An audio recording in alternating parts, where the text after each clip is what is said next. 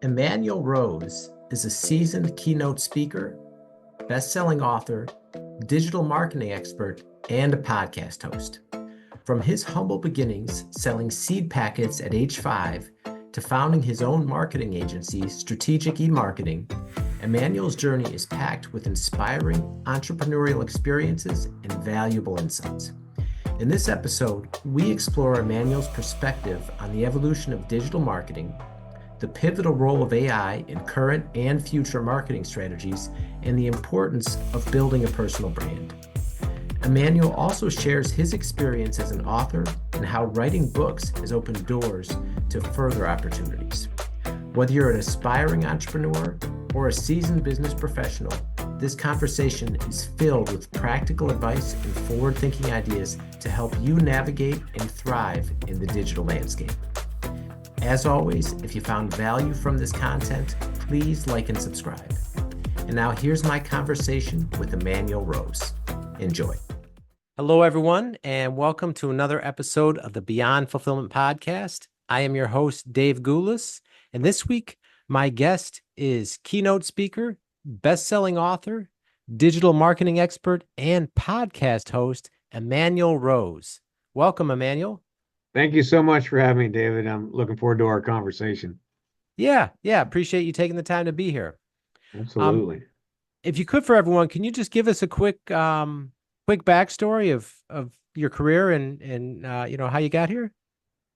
Yeah, well, I was one of those kids that sold the seed packets door to door when I was about 5 years old, so I could buy a boomerang. So I started out all the way back in sales back then, a long time ago. Since then, I've been in the textile industry and the electronics industry, and most recently in marketing agency world. And I've always enjoyed sales and marketing and storytelling and solving problems for people. And so the last 15 years have been in the marketing agency. Okay.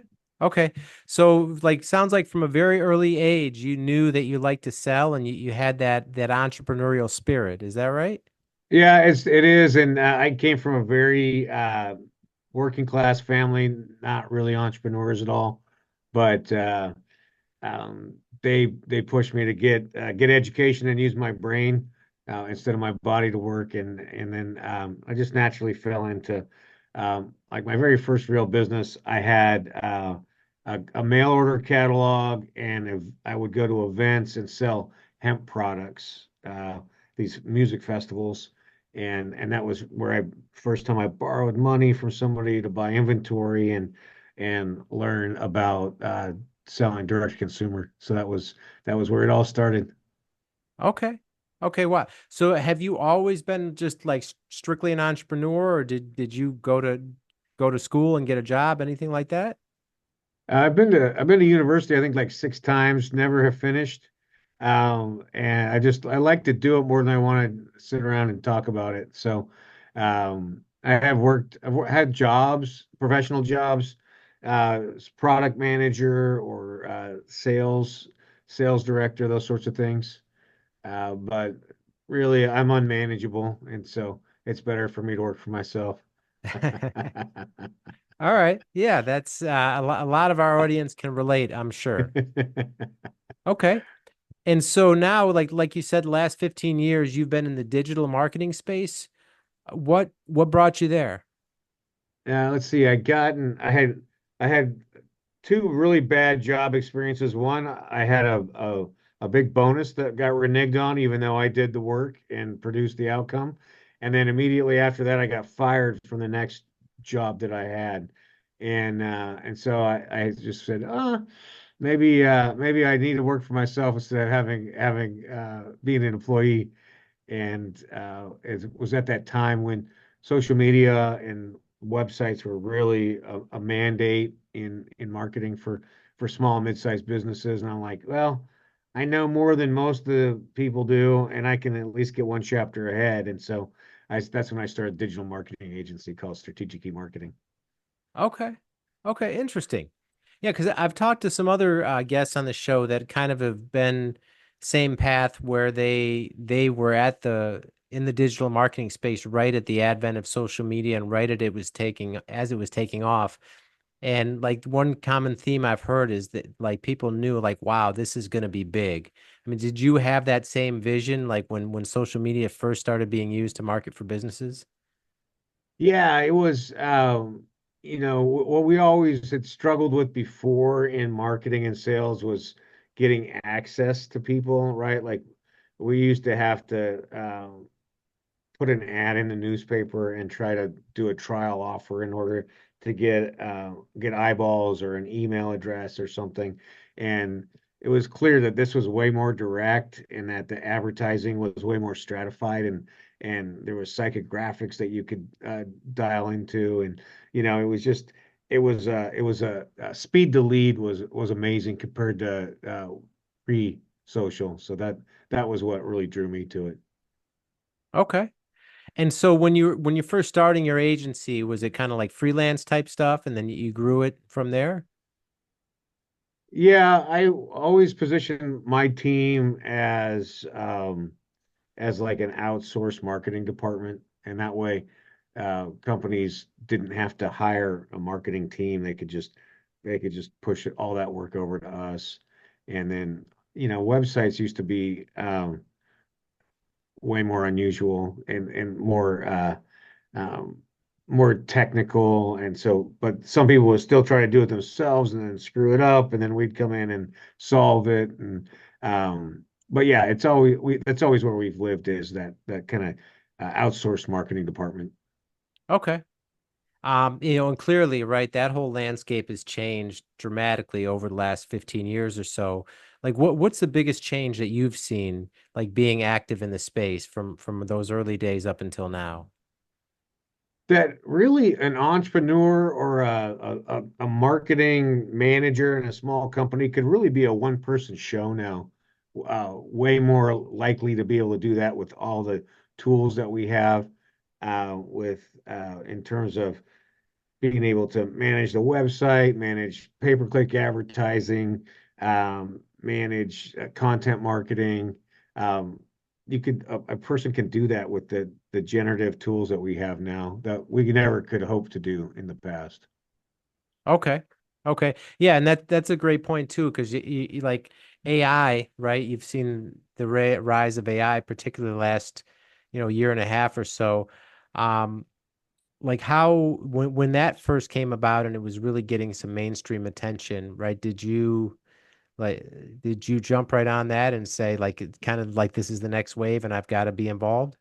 Yeah, so the obviously AI has been around since the 1950s, but then it was starting to heat up about probably about 4 years ago, and there's an association of AI and marketing. So I started tracking it about 4 years ago, and then I wrote the book Authentic Marketing: Age of AI, and released it right about the same time chat started getting its publicity. So I was able to time this one pretty good, as far as seeing it on the horizon. Okay. Okay. Wow. And like where do you see that going in the coming years in terms of what AI can do for like businesses with their marketing?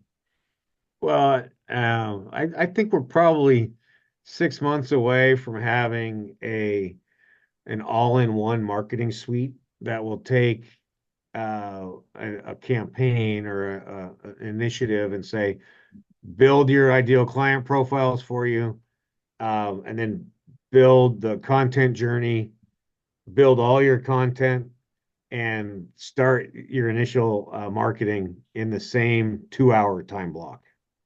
So we're not that far away from that. Okay. And so that's interesting. That's interesting. So you see that coming around pretty quick. I've got a question too, because I'm a startup founder, so I'm out here publicly on social media and I get pitched to death by all sorts of salespeople. And Sure. one thing now, right? Like I get a lot of AI generated messages to where it's just so obvious, Yep. right? Where it's kind of tailored and it just, very spammy and just very, I kind of instantly see it and I just delete. But what advice would you give like entrepreneurs that want to do it the right way, but also want to use AI to scale in terms of how to use it to craft the right message or to reach out to, ICPs. I think the biggest thing is really right now we got to get really good at prompt writing. And I think what we're doing for prompt writing is going to seem like MS-DOS to us in another year, right? Like we're not going to have to do it like this for long, but we need to understand that it's a um, like a 15-step process to write a prompt. You got to be really granular with the LLMs to get a good output. So that's the first thing. Um, Got to treat it like an intern and really walk it through the steps. So, tell it where to look to get information, upload past campaigns that you've created for it to look at and reference. Ask it to go and look at competition. Ask it what else it needs to know in order to make a very clean, authentic piece of content for you. And it'll often tell you exactly what it needs. So I think a little more time and attention on the front end, and then once you've gone through that process, that you uh, clean it up, that you edit it, that you personalize it, you change the words that match who you are as the speaker and the brand. Freight shippers, are you tired of dealing with unreliable freight brokers?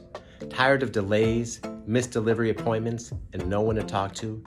Tired of unpleasant surprises, reclass, reweighs, and the invoice always being higher than the quote?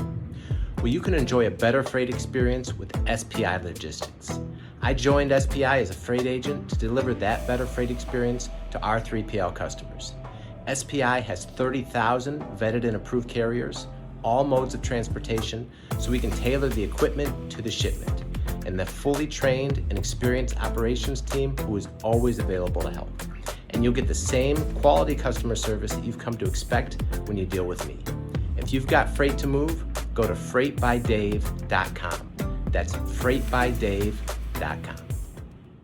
Yeah, I mean, do you think the people that are just like that I referenced just a minute ago are just being lazy with it, where they put in one or two prompts and they think they have something and they just don't even realize how how bad it sounds?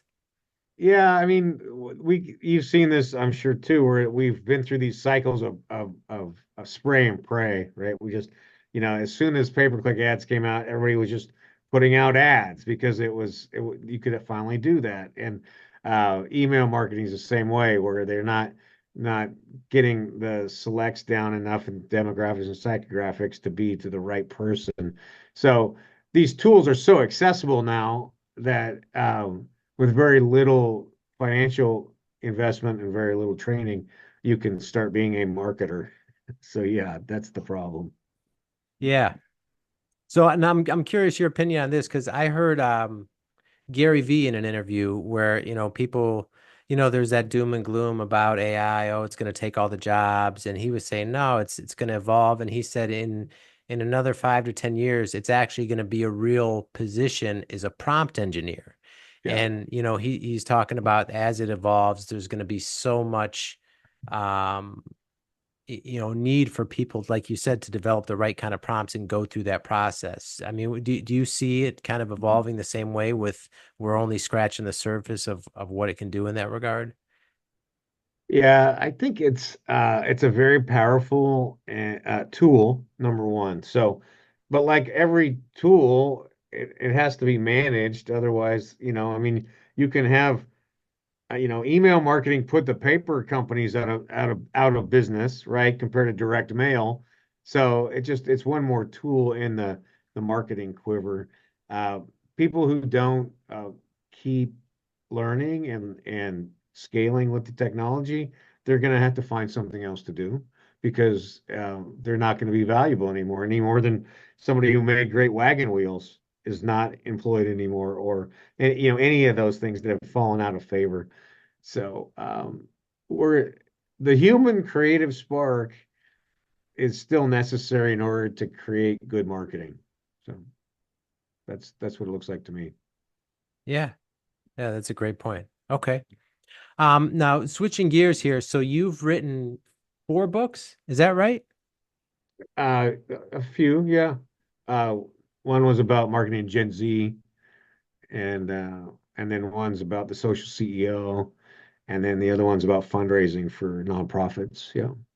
Okay. What made you decide to become an author? Well, you just kind of reached that spot. I reached that spot in my career was like, I have these, I see these trends, and I want to dig into it and understand it for myself, my clients, and then I want to have the opportunity to reach out and talk to other people about it also, and so that was really the biggest thing, to have a little deeper dive into some of these things and get in front of these trends. And for entrepreneurs today, let's say, right, when the digital age and of course with AI and whatnot, like in someone that's done it several times and used it to promote your businesses, how valuable is like writing a physical book and being an author in terms of like that, because I've talked to numerous entrepreneurs that are either that's one of their aspirations or they're in the process and whatnot. A lot of people talk about it. Like from someone that's done it, how important or how valuable would you say that is for someone? I think it's still valuable, and I still think it's still important. I think we're going to be entering into a period where we're going to just be inundated with books because of the generative AI. So I think we have a little bit of a window here. Um, I think just as important as writing a book, I mean, I think you still have to write a book, but then you still have to promote it, right? Like the conversation that we're having to me is more important right now than writing the book. But in order to get invited and have this conversation, you have to have the book. So, it's kind of the chicken and the egg says book first, and then we can go and promote and talk and have conversations and build a personal brand of thought leader, expert, the kind of somebody who has a stake in the ground and has an opinion for other people to follow. Yeah. Okay. So now you mentioned personal brand as well. So clearly you've been doing that for a long time with your business and what you've been doing. Like how important would you say a personal brand and actively being on social media, doing interviews and all that sort of thing? How important is that for an entrepreneur in today's world? I think it's critical, to own your name, right? Like if you type Emmanuel Rose into Google, I'm the first thing that comes up. My website comes up over LinkedIn, over Instagram.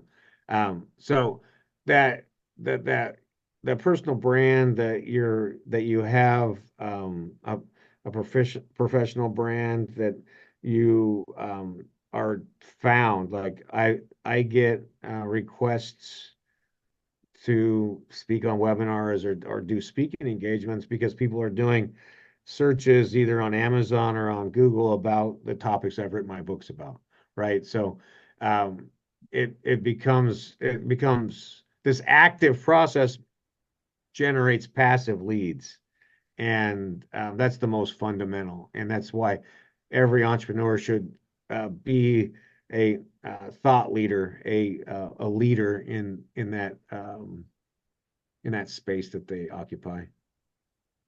Okay. And also you have a podcast.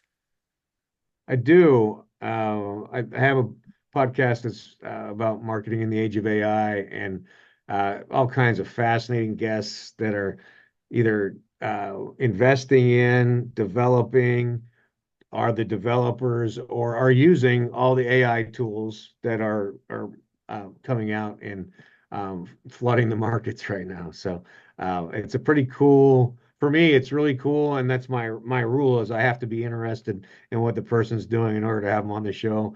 So it's really cool to be seeing how the market is generating itself essentially. Okay. And how long have you been doing the show? Just since November. Yeah, that was the first episode. Oh, okay. Okay. Yeah. Yeah, we started probably around the same time. Yeah. So, all right.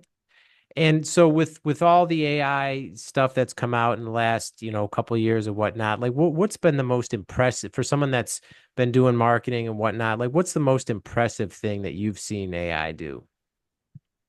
Well, I mean, I think, a couple things. One, the the language models with chat Claude, those things, the ability to generate content and content calendars and summarize information instantly is phenomenal. It really is a game changer. Same on the video side and being able to input this podcast, get it, have it edited, have it shorts cut out of it, have the transcript made. I mean, things that used to take us 6 or 8 hours is being done in an hour now. That's massive time saver. It means, I get to go play golf instead of spend all day in front of the computer. Um, and then even like pay-per-click ad development, there's some great tools where you put in your a little bit of information, a landing page, and then boom, there's 35 potential ads that are created, and you get to choose or edit and upload a handful of those ads and get your campaign started in 15 minutes. So those are all really phenomenal changes and time savers from the AI tools. Okay. All right. And so with everything you've done, so you've got the books, you speak frequently, you've got the podcast, right? You still have your marketing agency. So what's next for you within your businesses and what you're doing? I'm working on two things, two books concepts right now. One is drawing back and saying, no matter what the changes are, these are the fundamentals of marketing. And so I got about a 15 chapter book that is these are the immutable truths that we have to do in marketing. And then the flip side of that is where are we headed in the next 10 years in marketing and how is the technology going to change and what are we going to be doing different in the next 10 years than we're doing right now. And any big trends or shifts that you see in terms of things that are going to like radically change? Think that the biggest thing is virtual worlds that will come to play, even though Facebook tried it and it didn't go well. That this virtualization of things, so we don't have to drive to go and see the new house, or we don't have to go to the grocery store. We can go shopping with the glasses on. Those sorts of things are the biggest change. I'm not even a fan of that. I don't think there's for me personally, I don't find value in it, but that's the directionality of especially retail for sure. Okay, so you're saying like they're going to bring the shopping experience to you with the virtual glasses to where you can kind of walk through the mall, so to speak, and Yep. see everything, try it on, and even maybe buy it through the virtual app, so to Yeah, right. speak. And your avatar will try it on and all those things. It'll be very, very much like you're in your own cartoon at that point. Wow. And how far away do you think we are from something like that? I think it's maybe, I mean, we're going to see it. These things we always get titrated with them, right? We make this slow march to it. I think we're 5 or 6 years from that. I think by the end of the century for sure. Okay. Okay, or by the end of like 2030 I'm or sorry, the decade I meant, not decade. century. Yeah, yeah, Okay. yeah. Okay. Gotcha. All right. And so you've had quite a long entrepreneurial journey, a lot of different successful moments. Like to everyone listening out there, what's the best part for you about, being an entrepreneur? The best part is being able to look at my 30-day calendar and mark myself out when I want to be out and have that create those little spaces to do what I love to do, which is to hunt and fish and camp. And so I can take 5 or 6 days, block that out. I know my project manager and administrative assistant going to run the show while I'm living my best life. Okay. Yeah, and that's another thing too that you're very vocal about, and as part of you is just your love for the outdoors, right? Because you grew up in is it the Pacific Northwest? Is that right? Yeah, I grew up in the Central Valley, not that far from Yosemite. And so yeah, we were a very outdoorsy family. I was lucky for that to camp and fish and hunt in that part of Central California when there was still access to that type of stuff. Okay. And another question too about that. So, so many people too, when they're, I talk to many that are maybe in a corporate job and they have some aspirations or they want to transition being into an entrepreneur because maybe they're not really living, I guess, fulfilled and they have some other aspirations. But what would you say is the biggest piece of advice that maybe people don't understand about what it's like being an entrepreneur and kind of because the freedom and all that is great, but there's like you mentioned earlier, you've got the battle scars. Like Yeah. what's the biggest piece of advice that you'd give to someone that's going to start the journey that maybe they wouldn't be aware of? I think you get a business consultant or coach right away and build out the best plan that you can possibly, so that you have some so you have a strategic plan, you have a roadmap, and then once you have that done as good as you can get it done, then you just got to take the leap and get the dirt time, the field time. And start falling on your face, right? Well, it's not necessarily fall on your face, but as you know, things rarely go according to plan, and so you got to be able to move and be dynamic with the situation as it changes. Yeah, absolutely. Yeah, Absolutely. That's great advice. Okay. And so if people want to get in touch with you, find out more about what you do, potentially engage you for some of your services, what's the best way people can reach out to you? yeah. You can find me at emmanuelrose.com, or on LinkedIn, and love to talk to you, even if you just want to have a conversation about some AI tools. Okay. All right, cool. And we'll link all that in the show notes for everyone. All right. Well, Emmanuel, thank you so much for taking the time. Really appreciate you being here. Yeah, Dave, thanks. I appreciate the thoughtful questions. Yeah. All right. And that's all the time we have for now. We will see you next time.